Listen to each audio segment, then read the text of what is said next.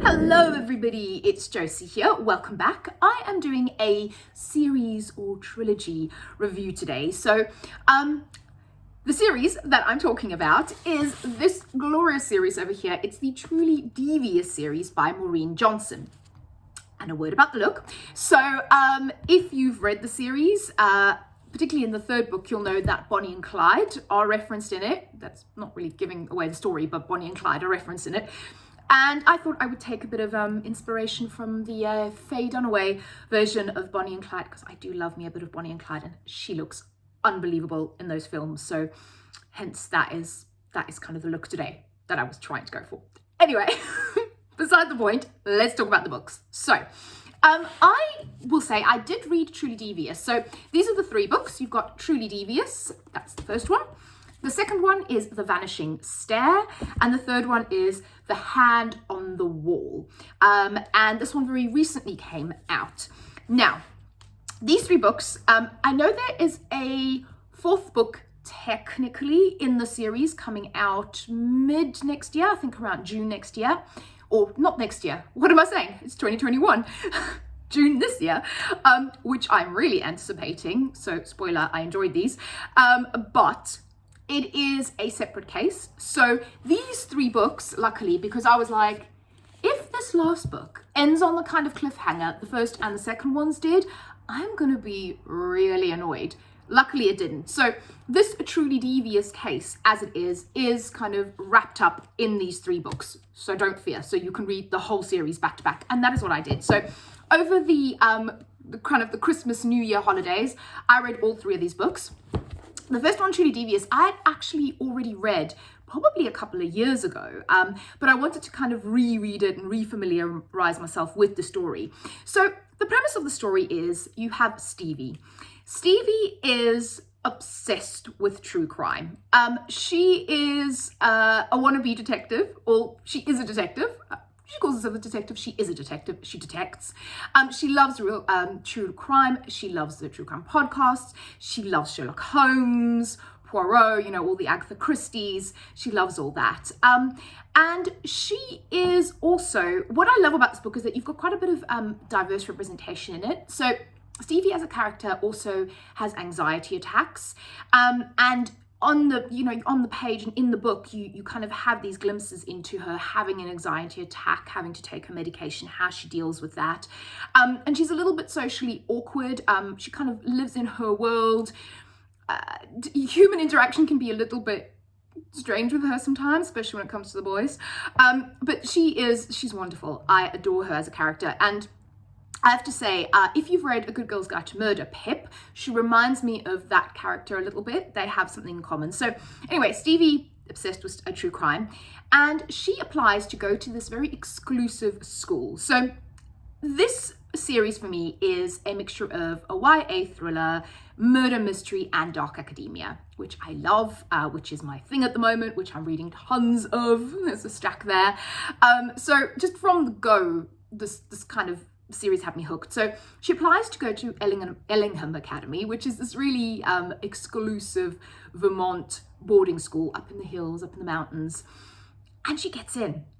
And the reason she gets in, she's quite surprised that she gets in, is that her kind of, her raison d'etre, or her what she wants to do in life, is to solve the Ellingham murder case. Now, we go back to 1936. That's the other kind of storyline in these books, is the man that built the house and then subsequently the school and turned these grounds into this magnificent school in the 30s was Robert Ellingham. He had a wife and daughter. His wife and daughter were kidnapped.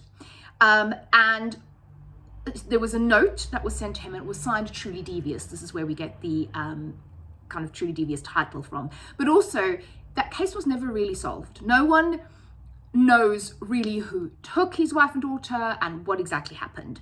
But Stevie is convinced that she is going to crack this case. Now, that is your kind of your basic setup, and all that storyline and all of that, you know, the whole case goes through all three books. And like I said, you do get a resolution at the end, which is great. What I also love is the school is it reminded me a little bit of Catherine House in the sense that you have the school with some really quirky people in it. So each one of them is chosen because they have a kind of a specific talent or passion. They're not the kind of run-of-the-mill kids, if that makes sense. And they're like 16, 17, 18 in this. So you've got different classes, but they're sort of range, I think, between 16 and 18. And one of them, Janelle, who is Stevie's friend, she's wonderful. She's like into engineering. She's also queer, which is great. She has a partner in this, and her partner is non-binary, so you've got some queer and non-binary representation. And Janelle is a woman of color, so you have that as well, which is really lovely. And she's just so clever and so into science and mechanics and building things, and she's fantastic. And then you have a girl called Ellie who is very artsy, and the way she is described when Stevie first meets her, it's hilarious. She's basically in a bathtub dyeing her clothes pink, but she's in the clothes. You have David, who is a little bit mysterious and intrigues Stevie. You have Nate, who is a writer, and he's actually written a book, like a sci-fi book, and he's just been asked, to write the sequel, and he's having trouble with that. So I love these characters. So you've got all of these really interesting cast of characters. I like that kind of ensemble cast of interesting characters. It's that thing that just appeals to me of, dark academia, slightly weirder characters, but in the best possible way. Love them. And this, and all three books actually, luckily, are set at Ellingham. So I thought only the first one was because something happens, and then I was like, oh no, but the school runs through all three of them, which I loved. So from that dark academia perspective, it's amazing. So that all gets set up in the first book. Then you have the second book where, again, you've got things actually happen at the school as well. So you've got the 1936 case that runs through the storyline, and obviously Stevie's trying to solve that. But then you have things that have happened at the school as well. And I'm not going to say because it's just going to ruin everything, but things happen. And then we come back to Ellingham in the second book. Again, Stevie is working on both cases now. And then we get to the third book where, luckily, we have a resolution. And I will say this book is fantastic to read currently. If you're in the Northern Hemisphere, if you're in Europe and it's cold and the weather's miserable, it's perfect because it's snowing in the last bit of this book. There's a massive blizzard and it's cold, and it's the perfect kind of winter read, I think.